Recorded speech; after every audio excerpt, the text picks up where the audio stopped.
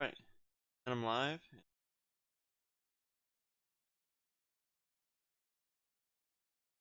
Play the waiting.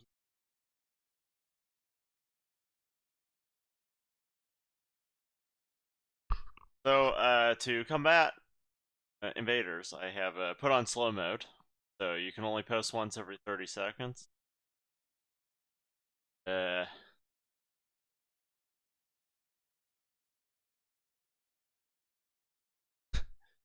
about that, I couldn't really make it private this time because people don't know. I didn't want like fewer people feel like they could attend. So just know that every time you make a comment, you have to wait 30 seconds to make your next comment. And I'll be checking chat and just banning people when it becomes appropriate, if need. Hello, hello, hello, and welcome. Just a reminder that seniors no longer have to turn in assignments, but are absolutely welcome. Like, if you're planning on going forward in math, like taking math in college, it does not hurt to be around because you're going to be expected to know a lot of the stuff that we're going over here. But you are not required to be here or to do assignments. You're very, very, very welcome. Be here. So just some added stuff for the. Got to do a bunch of grading this week. So if you're a senior and you've emailed me and I haven't put it in the grade book, that will be happening in the next couple of days.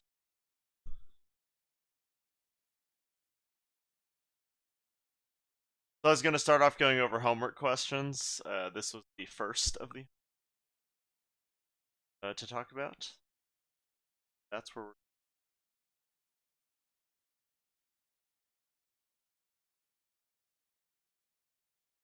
When are senior grades due? I wish I knew. Like seriously, there's so little communication. Like I don't know anything. Mercy. Grading. Yep. Nope. Grading is mentioned, and no deadline is mentioned. Email from the principal, any of that stuff. It's kind of crazy, actually. Yeah, the homework due today was homework for seniors. The homework assigned today is not homework that is required for seniors. Also, I technically shortened this homework for everyone because I was going to do online stuff and they just had a shortage of like easy washer problems online. So I just went to the book, this one, and took a picture out of it. So the worksheet is kind of a combination of stuff from the book, from uh, the AP free response questions. What's the difference in approach between revolving around the x-axis versus the y-axis? Well, we're going to get to talk about the y-axis because that is the first question people struggled with. The difference in approach is just, well, I'll talk about it with pictures because that's really the way to do it. Okay, so we're going to jump into it now. This question has a region bounded by x equals the square root of y minus 2, x equals 0, and y equals 5. Okay. So x equals 0 is the y-axis. Y equals 5 is a flat line up here. Yikers. I can totally draw flat. Okay, third time's the charm. Close enough. Alright, and the graph of x equals the square root of y minus 2. Okay, so first of all, I get x equals 0 when y equals 2. So I know 0, comma 2 is a point on this curve. And then the other thing I really want to know is what I get for x when y equals 5. Because that's when I end this. And if I plug that in, I get square root of 5 minus 2, square root of 3. So I know root 3 comma 5 is the point on this. And yes, you could do this all with graphing, but I wanted to show how to do it without graphing. Super lazy way to do it without graphing. Hey, so that's our region here. We're revolving around the y-axis, and now here, this is the key specific difference between x and y-axis. If it was x-axis and not y-axis, I would draw my radius like this from the x-axis. And we'd actually have 2 here, which is today's lesson, and that would be a harder question. We don't have that. We have from the y-axis. So I start from the y-axis and go to my curve. That's my radius. So the difference in approach is you start at the axis you're revolving around, and you draw a little line to where your curve is. And if there's like an inside and an outside part, if it's a washer question, then you have 2 of those radius lines. In this case, we know this distance because the x distance is square root of y minus 2. So that is my radius. And now we're ready to set up the question. It's pi r squared, but r is the square root of y minus 2. My y values are going from 2 to 5 because I start at 2 and end at 5. That line cuts us off. And then I just square this and I get y minus 2 dy. Oh, I'm going to be doing a bunch of washer problems today, Nick. Hi, Alex. This is calculus. You're welcome to watch, but it's probably going to be a little rough, material-wise.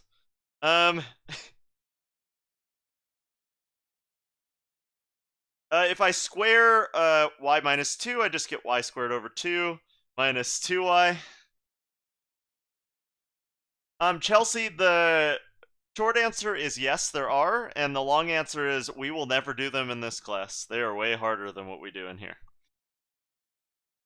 We don't revolve around things that aren't parallel to the x-axis or the y-axis. That's too hard. Alright, if I plug in my y values, I get pi times 25 over 2 minus 10 minus pi times, with 2 plugged in, 4 over 2 minus, which means 2 minus 4, negative 2, so this is a plus 2 pi, because negative pi times negative 2 is positive 2 pi. This stuff in the first parentheses is 12.5 minus 10, so it's 2.5 pi. And 2.5 plus 2 pi is 4.5 pi, which I don't even need a calculator to know has to be this multiple choice option, because 3 times 4 is 12, so it's got to be bigger than that. That's like the super lazy way. And so I didn't even need a calculator to do this. Alright. That's one down. Let's see the other one. I actually haven't tried these out yet, the ones that you guys struggled with on this homework. I'm gonna pop over to, there we go, right. To this one. So let's see. Oh, yeah. Two homeworks in a row. The ones that people struggled with were the y-axis ones. That's good. That means you guys understand what's going on, and you just kind of struggle with the ones that are structured a little differently. That's pretty cool. Okay, so let R be the region in the first quadrant bounded by the x-axis and y-axis. That's just... and the horizontal line y equals 1. The graph of y equals natural log of x. It has a ton of sides here. What is the volume when R is rotated about the y-axis? Okay, first of all, be really happy this is the y-axis. Because if you think about this rotating around the x-axis, if we tried to go this way, this part would just be a cylinder when rotated around, and this part would be a washer, and it'd be hard.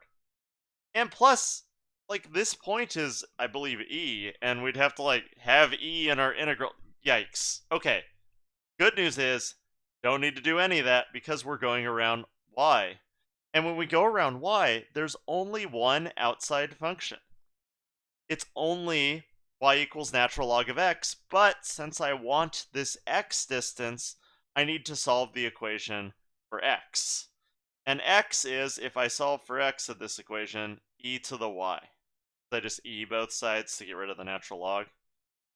And so x equals e to the y is my radius. We're integrating from 0 to 1. So I'm ready to rock and roll. Pi r squared from 0 to 1. And luckily e to the y squared is just e to the 2y. That makes this a really easy integral. Our rule for exponentials is rewrite and divide by the chain rule. Or do u substitution. And then we just plug in 1 and 0. We get pi times e to the 2 over 2. That's with 1 plugged in. Minus pi times e to the 0 over 2. And e to the 0 is 1. So it's pi over 2 times e squared minus 1. This is 1. E squared minus 1. Those two pieces with the pi over 2 taken out. Which gives us exactly b. No, Nick, that would be doing the power rule for an exponential. So that's like super illegal, I guess. Because the power rule only works when you have a variable in the base and a number in the exponent. When you have a number in the base and a variable in the exponent, we have to do exponential rules here. Are we learning this again next year? Yeah, so Liam, I don't know how next year is going to look, but in Calc BC next year with Miss Kruzich, she spends the first month kind of reviewing all the hardest things from this class. And so this will be one of the things for sure. And so she will review it again in 2 or 3 months. Which means both times you learn this, it's probably going to be online. So kind of feels bad. I don't know. So expect to see related rates and optimization at the beginning of next year as well. Okay. Moving over to, what do I want to do next? Let's just jump straight to washers. Wait, that's not it. I wanted this one. Cool. I'm going to jump straight into the notes here because this idea really isn't like, it's not different than discs. The only thing that changes when we go to washers is it's kind of like you have a bowl, but you fill it in with something, and you're like, crud, if I have a bowl completely filled in, so if I looked at this in 3D, it wouldn't have a gap in the middle here. It'd just be solid on the top here and solid on the bottom, and you'd be like, that's a useless bowl. So what do you do to make this bowl useful is you carve out the inside. And now there you can, like, pour your cereal, and there's your cereal going in, and then here's your milk going in. Like, oh wow, look, my bowl's useful. And the big idea with washers is you just do two disk problems. You take the outside part of your shape and you subtract the inside part of your shape. These are exactly two disk problems. So every washer problem is just two of our previous problems. And even though they're in the same integral in this question, and yeah, this is the notes address. Next question. Kennedy, please check your website for washer's method. Okay, I'm gonna check that later. That did not make sense though, Daikun.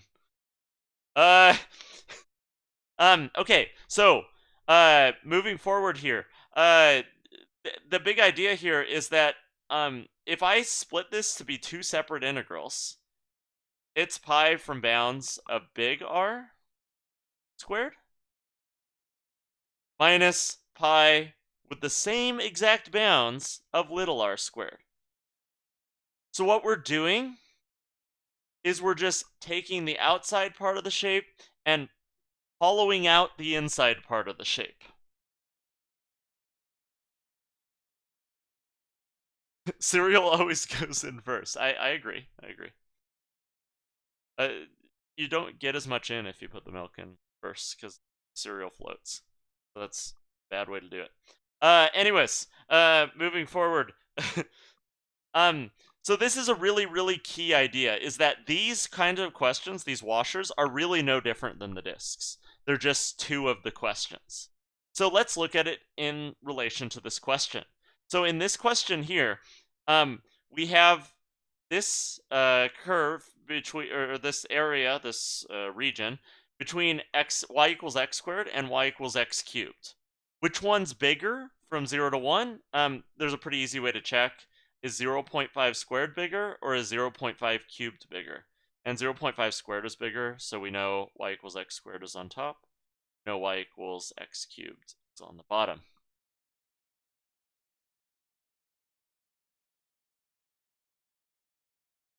Could you end the inside integral to make a hollow shape? Yes. Yes. So, this shape, if we spin it into 3D, looks like this cool fan thing. This thing's actually hollow on the inside. So it's more like a funnel, where if you like clipped off the end here, you could actually use it as a funnel because it would have a hollow part on the inside. This is what we're going to be finding the volume of, is this weird fanned out thing. And the way we do this is the same way we handled a lot of the disk problems. It's by drawing in these radiuses. And this is where drawing in these radiuses becomes really important. So my big radius is from the line I'm revolving around, which in this case is the x-axis, to the farther away curve, which in this case is y equals x squared. So big R is x squared. My little r is this shorter distance, and it's to the closer edge of our shape, which is y equals x cubed.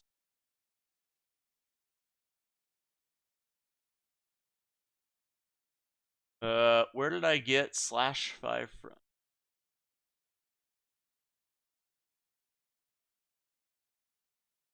I'm just gonna keep chugging on this because I do not understand questions I am getting.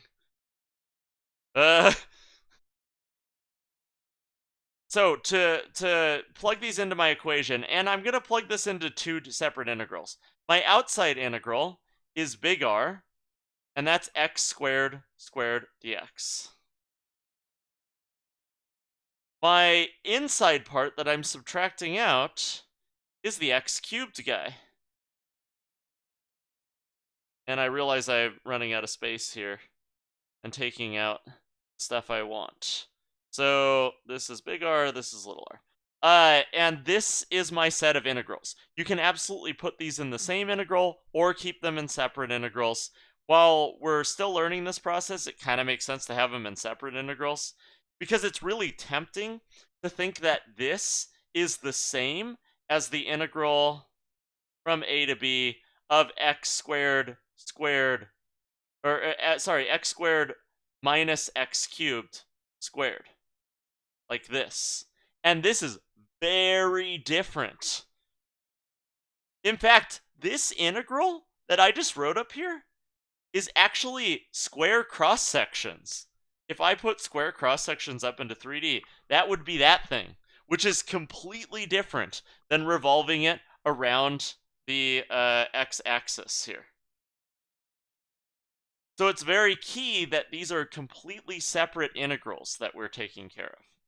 All right, I got to get my bounds in there. My bounds are 0 to 1 because either x or y, I'm going from 0 to 1. This is x, so 0 to 1 are my bounds. I'm going to expand the things and get x to the 4th dx and x to the 6th dx. These are very easy integrals. X to the 5th over 5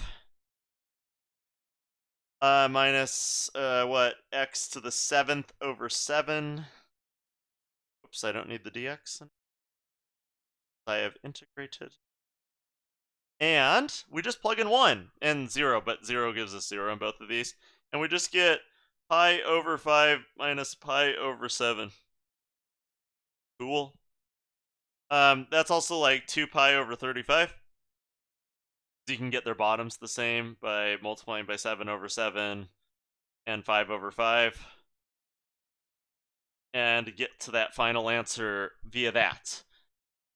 But the big idea just being you do the outside part and you subtract the inside part as different integrals. How will you check for attendance since homework is a worksheet? Oh, I'm going to put in a homework upload submission area. Kind of similar to how the AP Online stuff is, so you can put it in there. I forgot to put that on my homework calendar. But yeah, that fix that right now, actually. Oh no, I gotta make it afterwards. So I'll be putting in a submission sheet for that homework shortly. After this. In your website, you put the exact same description as example 1, but your work is completely different. Oh, it's possible that I just need to fix that, because this is the right answer. Alrighty. So, a lot of people have questions about y1, so let's jump into a y question.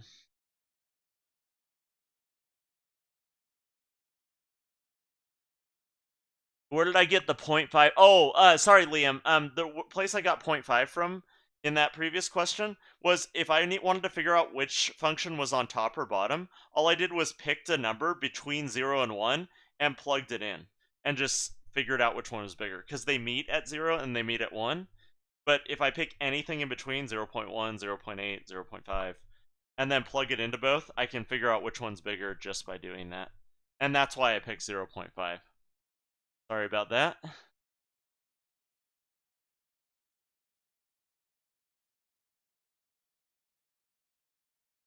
All right, so this one, we're going over the y-axis. So really key idea here, kind of relating to a lot of the questions and struggles people have had on the homework, is that when you're rotating over a line parallel to the y-axis or over y, we're always going to draw, if this was around the y-axis, we would be doing this, but this isn't around the y-axis, so we're actually going to be drawing different lines, but they're going to be horizontal lines because they're coming from something parallel to the y-axis. So that's our difference in approach with the two kinds of directions. But this is going to add a lot of trickiness here, because this time we're rotating around x equals 10. So it's actually out here at 10 that we're revolving around. We have a region formed between x equals 4, y equals x squared, and y equals 0. This is our region. We're rotating around x equals 10. That's out here. And since the line that we're rotating around is x equals 10, we draw our radiuses from this line. So my long radius to the outside edge of my shape is actually this distance. My short radius to the inside edge of my shape is this radius. Okay, so I have to figure out how to define big R and little r in terms of stuff I know in the question. So little r is really easy. The close side of the shape, so like to draw how this looks in 3D, looks something like this, where this is spun around. And yeah, my art skills are like super suspect. But the point is, it's kind of like a volcano. It's got a big cylinder in the middle, and it's solid around the edges. And swings around like that. That's what this thing looks like. And so the cylinder in the inside has a constant radius, and that radius is 10 minus 4 or 6. So little r, easy. Little r is 6. So I'm even ready to make my little r equation. So pi integral from, well, since we're doing the y direction, it's 0 to 16. Little r is 6. And done. That's my little r integral.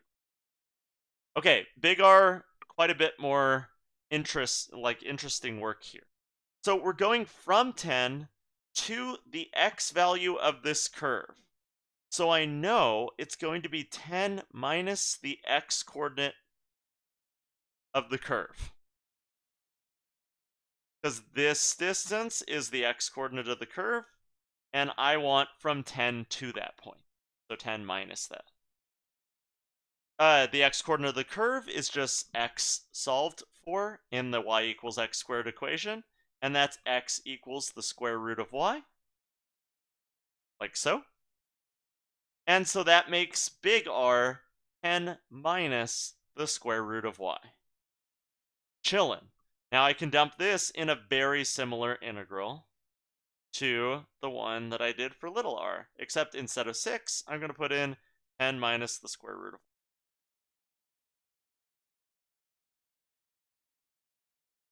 Chat has gone quiet. Does this make sense to people? Are people cool with this? Now I kind of want to pause here before I strive to move forward in this question. This makes more sense. Okay.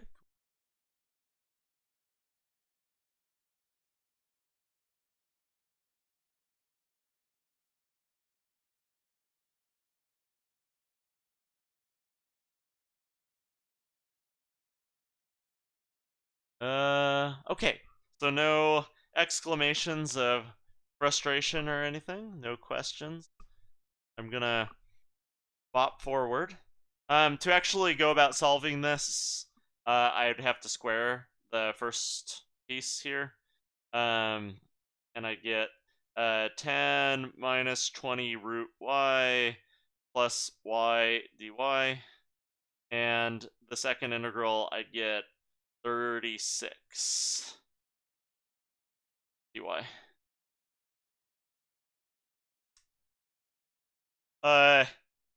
Now I could integrate all these, but I'm realizing now that this is going to be a pain in the butt with huge numbers, and I don't want to deal with that too much anymore. So I'm just going to dump this into Desmos, and let's see what we get.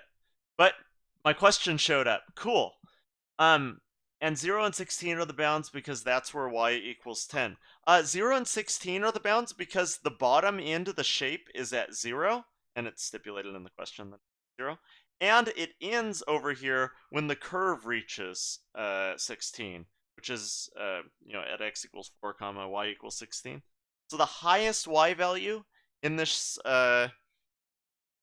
okay, there's even a better way to think about this. I just realized as I was talking about this.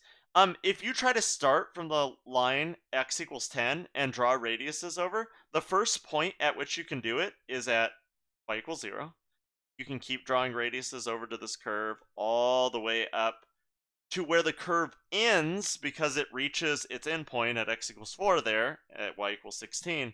And so 0 to 16 is all of the possible y values that you can integrate across. And that's why 0 and 16 have to be my bounds.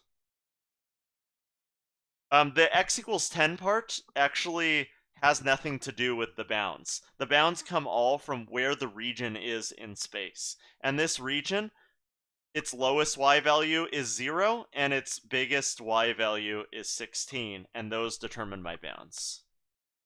All right. On mine, never mind, because of the plus or minus implied to the square root. Yeah, exactly that, Nick. If this question was actually over here, Nick, and we were looking at this region, which we very much could be, we would actually be using the negative square root over on this side, and so we'd actually have to be a little discerning. This equation would be x equals negative root y, not x equals positive root y. So I kind of glossed over that when I was finding x, but it totally depends, again, physically on where it is in space. So this is really geometry heavy, picture heavy, physical heavy, this method. It requires you to actually understand where the outside and inside parts are. Oh, you meant x equals 4. Yes. 4 is where we end, 0 is where we begin in x, but in y, 0 to 16. Okay, so I was going to dump this into Desmos. Pop over here. Hey, look, that's the homework. And go to Desmos. can do it, little computer. Oh gosh, what did I just go to? Demos? Okay, and now I have to pop back and remember what my equations were.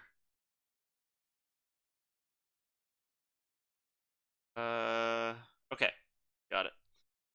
Integral 0 to 16 pi 10 minus square root y squared y minus pi times the integral 0 to 16 of 36. Whoops. dy. And booyah, answer required. That's big. Straight up don't have the mental capacity for this. That is absolutely not true. People who struggle with this are people who really just didn't visualize things and really preferred algebra. In previous maths, like who had a hard time with geometry because of the physical part. But it's absolutely something you can improve at. I liked algebra way better, so I used my algebra skills to breeze through geometry. I struggled with this initially, but you can make progress. Like, I'm really good at these now, and I am not a visual person like this, so it might just take a little extra work. So now let's pop back and take a peek at a couple other sorts of questions. Okay, so I wanted to look at a question like this one. So this is another Y direction one, so hopefully this is relevant to what a lot of people have questions about. I want to revolve this around two things, so I actually kind of want to do this two different ways. The two different ways I want to do it are around the y-axis, so I just want to revolve around the y-axis, and then I'm going to revolve it around x equals 4. So my region is actually this region. Now it's kind of cut into two different shapes because we're actually going to have to approach this a couple different ways.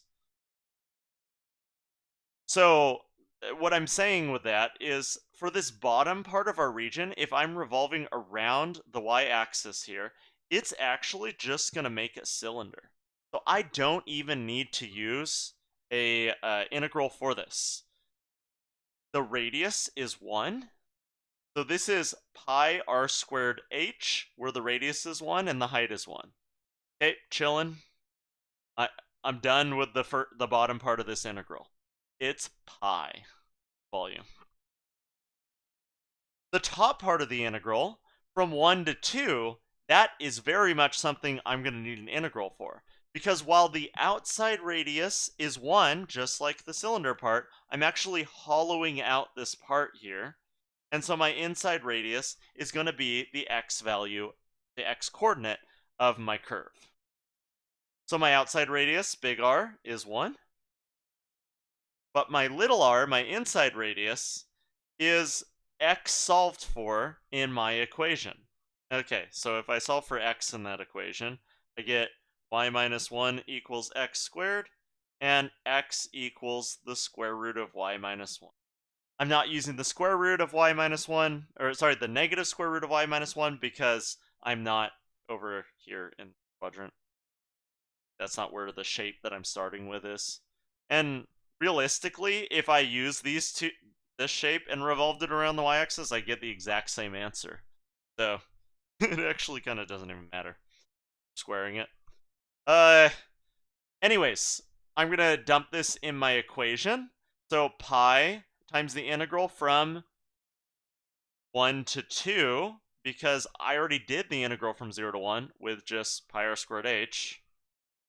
So integral from 1 to 2 of big R, 1 squared, minus little r squared. Little r in this case was the square root of y minus 1.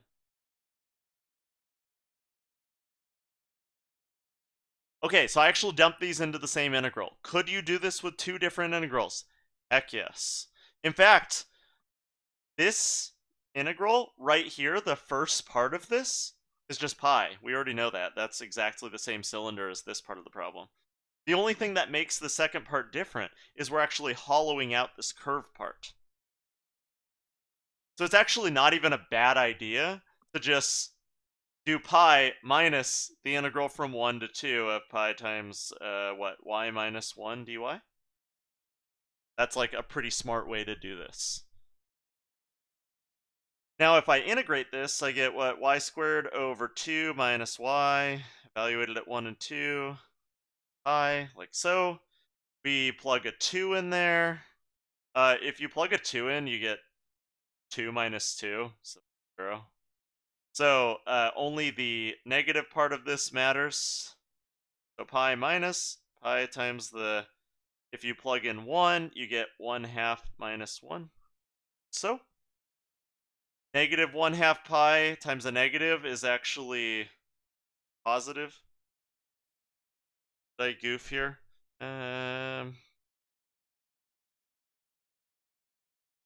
I'm realizing that pi minus something should actually be a number smaller than pi, and so I'm thinking I goofed. Checking chat to see if any of you can catch where I went wrong. Otherwise, I blame Nick for all my problems. That's a good person to blame.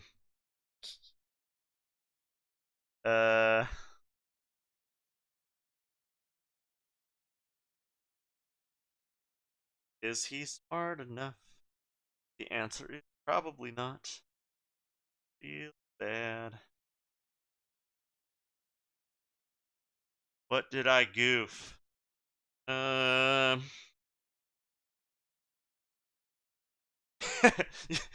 Wow, Nick, why would you do this? So, I mean, the moral of the story is I absolutely know that this is going to be half pi from the way the math works out, and I know that the really interesting part of this is that this inside part I subtracted ends up being exactly half because of the nature of x squared. So this shell part around the edge and the bullet-shaped part that I pulled out are actually have exactly the same volume. Oh, yeah, Fake Nick. Yes, we'll blame Fake Nick. That's a good person to blame for all of our problems. Good thinking. That's funny. uh...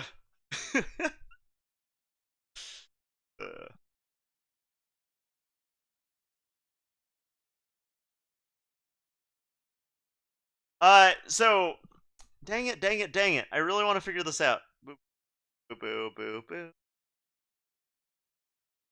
Where did I lose a negative sign? Oh, yeah, no, I'm just being silly. I got you. Okay, so this negative is this negative on the outside, but you always subtract the bottom bound. So what I was doing was I got 0 for the first part, for the top bound plugged in, and for the bottom bound plugged in, I got 1 plugged in, which is 1/2 minus 1. That's where it comes from. Okay, so this is actually pi minus a negative 1/2, which 3 negatives make a negative. And so pi minus 1/2 pi is just half pi, which makes the volume of the top region, this dude rotated around like this into 3D, 1/2 pi, and the cylinder part is pi, and you add those together and get 3/2 pi. Boosh. First part of the problem figured out, and we got all the kinks out here. So that's the first part. That's just revolving around the y-axis. The second part has us doing something more complicated. It has us revolving around x equals 4, which is over here. If I revolve around x equals 4, I have this sad reality where none of these are going to be an easy cylinder. Because in both of these, I have a big R and a little r. Those are my big R and my little r for my 0 to 1 part. This is my big R and my little r for the 1 to 2 part. Good news is, I've solved for all these pieces already. in some way, shape, or form. So this is the line y equals 4. So all these little r's are 3. Cool. Little r down. Big R in this case is 4. Cool, that's really easy. Big R here is going to be a little trickier. It's going to be 3 from here to here. And then we're going to be adding this distance, or in a different way of thinking about it, this distance was r, or the x value of the curve, so x equals what? The square root of y minus 1? Called this? And this distance over on the right here is just 4 minus the square root of y minus 1.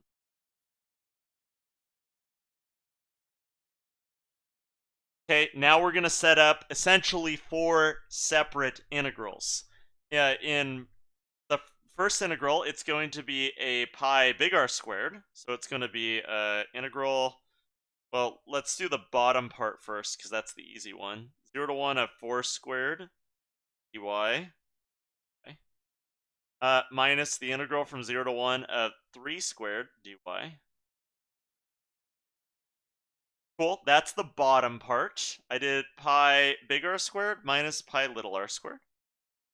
And then I'm going to be adding pi times the integral from 1 to 2 of my big R. My big R is this nonsense with the 4 minus the square root of y minus 1. And I'm going to be subtracting my little r, but my little r is really easy. It's the integral from 1 to 2 of 3 squared y. And that's all of my equations there. All of my integrals in a nutshell. And all of these integrals are easy, except this one. Like, really easy. Like, painstakingly easy. This one's going to be 16 pi minus 9 pi, and this is going to be a minus 9 pi. So what we know already is we're going to have to solve this integral here. Wait, is that true? Did I goof this? No, I'm chilling.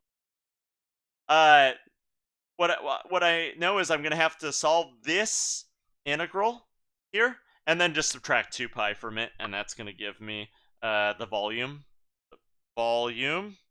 of the solid when it's rotated around x equals 4. So I'm going to pop over to Desmos and have it do this one for me. So what is this? This pi times the integral from 1 to 2 of 4 minus root minus y minus.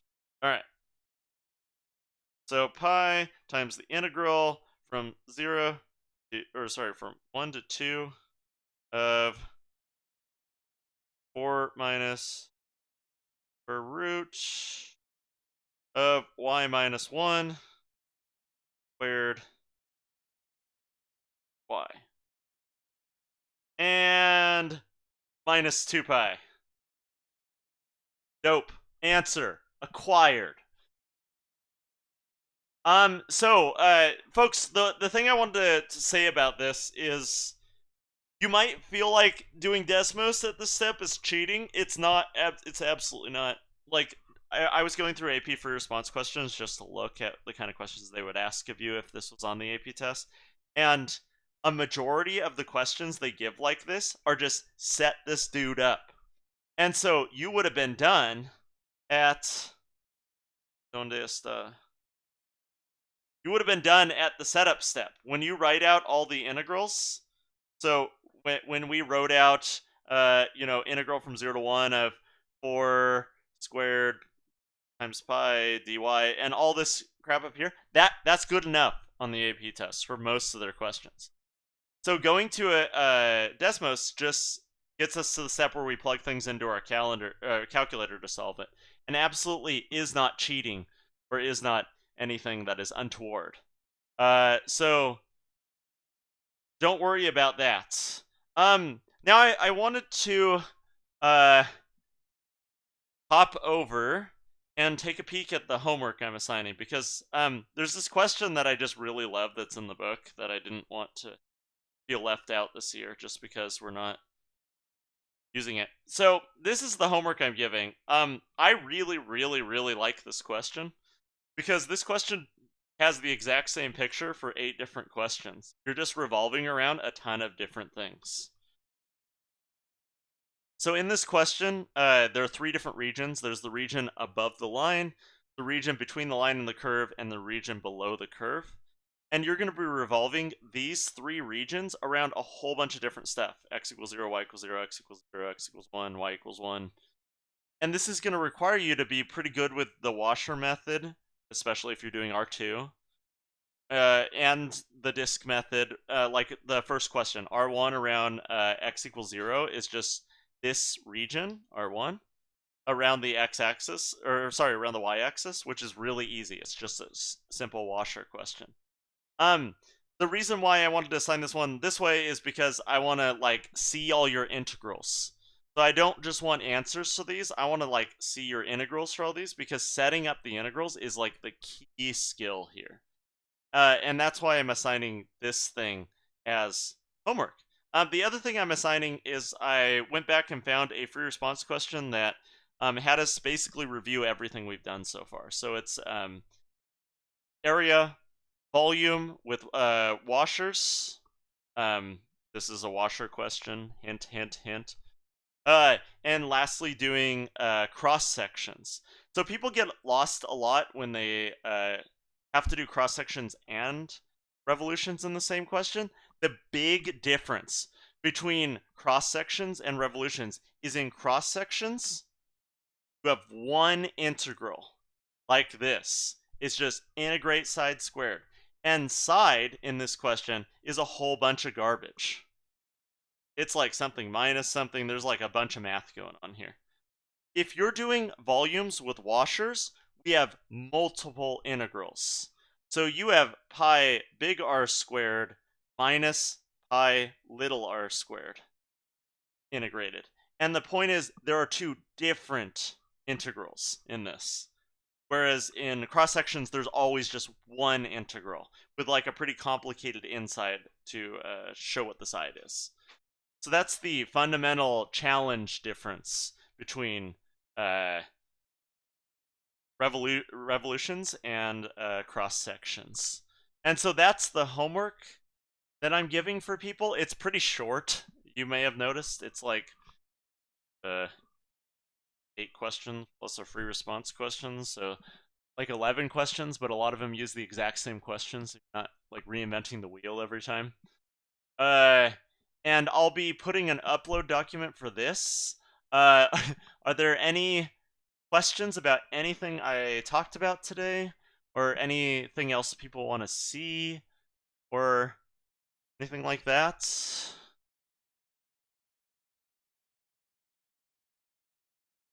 This is open fire questions at Mr. Kennedy time.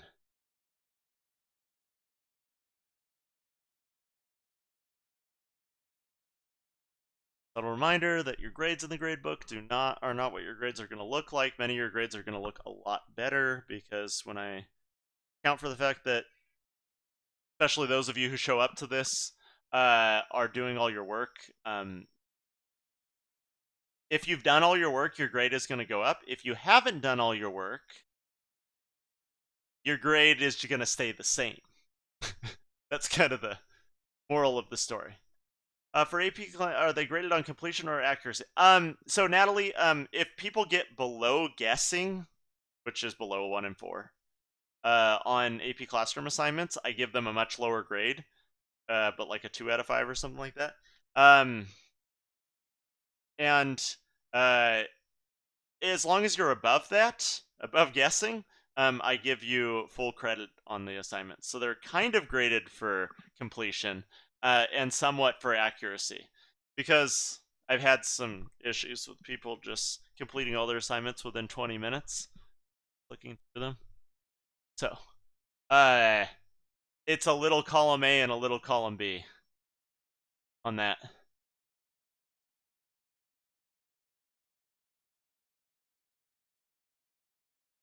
There's a point in seniors doing it, but should we upload? Nick, I'm happy to look over your work. I don't care if you upload or not, I guess, but I am happy to let you know if you did it right or uh, so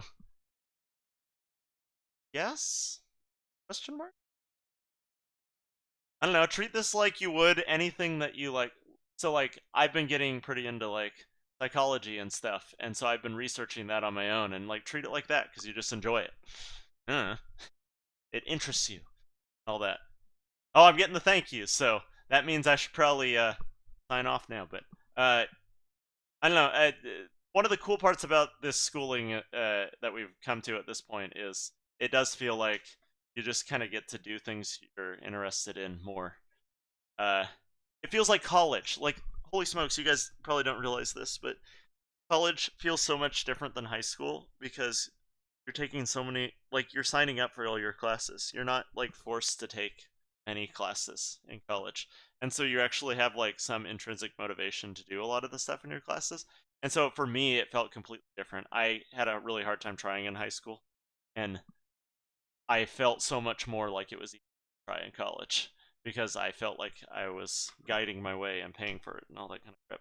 So yeah, anyways, I'm rambling. I'm gonna sign off here. You're welcome, all of you. How much longer will the live streams continue? Definitely through the end of this week. We'll probably have one next week early, and then I don't know 100%. I would love to get some direction on the school district over or things like how we're supposed to handle the last week. There will be no final though, so don't worry about that. Alrighty. Good luck, y'all.